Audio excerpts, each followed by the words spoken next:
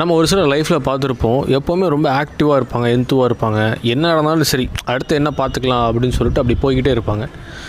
இந்த மாதிரி பீப்புள் வந்து ஒரு ரிவர் மாதிரி. ஏன்னா இவங்கள்ட்ட வந்து பிளென்ட்டி ஆஃப் எனர்ஜி இருக்கும். ஸோ அதனால் அவங்க அப்படி இருக்காங்க. ஆனால் ஒரு சில பீப்புளை பார்க்கும்போது என்ன நீங்கள் மோட்டிவேட் பண்ணாலும் அந்த இடத்துல நம்ம எழுந்துச்சி வர முடியாது. சொன்னதே சொல்லிகிட்டு இருப்பாங்க, புலம்புவாங்க, அதிகமாக கஷ்டம் இருக்குது, வலி இருக்குன்னு போடுவாங்க. ஆனால் இதுக்காக எந்த ஒரு ஆக்டிவிட்டீஸுமே பண்ண மாட்டாங்க. ஏன் அவங்க அப்படி இருக்காங்கன்னா, அவங்கள்ட்ட எனர்ஜி லெவல் குறைவாக இருக்குது, ஒரு தேங்கிய குட்டை போல் இருக்காங்க.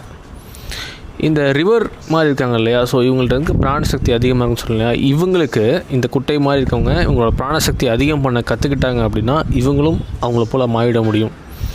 ஸோ எப்படி நம்ம உடம்புல பிராணசக்தி அதிகம் பண்ணுறது அப்படின்னு நம்ம கற்றுக்கிறதுலாம் ஒரு முக்கியமான விஷயம் இருக்குது.